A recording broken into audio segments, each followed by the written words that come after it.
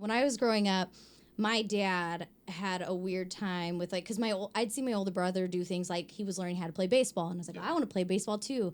And my dad was really worried because at that time, like girls trying to do things like that, he's like, well, maybe you want to play softball. I was like, no, I want to play baseball. And he's like, I just don't know. And he talked to my mom, and he's like, she wants to do all these things that the boys are doing because I'm seeing my two brothers do that. And he's like, but I'm worried for her because she's going to be like the only girl. And my mom was like, well, if that's what she wants to do, let her do it. So my parents were very supportive of me always wanting to do things that weren't like the norm for a girl to do. So I didn't play softball. I went into baseball with my younger brother, and I started at the same time.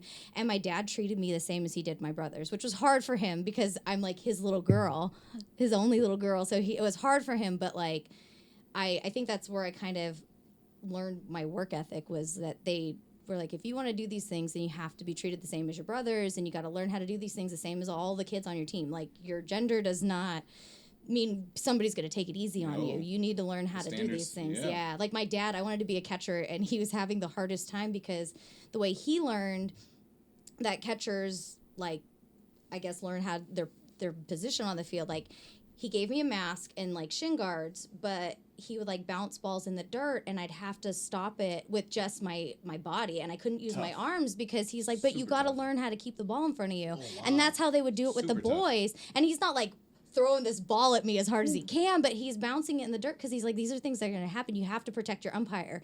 And he felt so badly doing it, but let me tell you, when I was in Little League, I did not let a single ball hit that umpire, and no balls got past me, so nobody were running them bases when I